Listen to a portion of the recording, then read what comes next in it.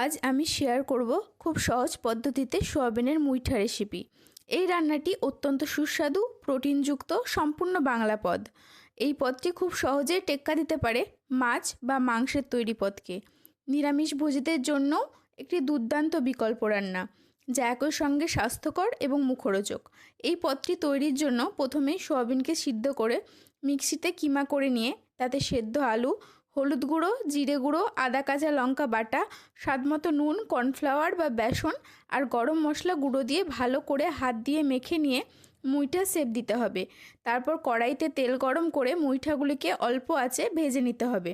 তারপর কড়াইতে সর্ষের তেল গরম করে কালো জিরে, তেজপাতা, দারচিনি, এলাচ, শুকনো লঙ্কা ফোড়ন দিয়ে তার মধ্যে টমেটো বাটা, আদা কাঁচা লঙ্কা বাটা দিয়ে একটু কষিয়ে নিতে হবে। তারপর হলুদ গুঁড়ো, জিরে, লঙ্কা গুঁড়ো, নুন দিয়ে একটু কষিয়ে মিক্সিতে টক দই, কাজু বাদাম, চিনে বাদাম, চারমগজ, কিশমিশ পেস্ট করে দিতে হবে মশলার মধ্যে। মশলার বাটি ধোয়া জল দিয়ে একটু কষিয়ে ফুটিয়ে নিয়ে মুইঠাগুলোকে দিয়ে ওপর থেকে ঘি, গরম মশলা ছড়িয়ে পরিবেশন করুন সোয়াবিনের মুইঠা।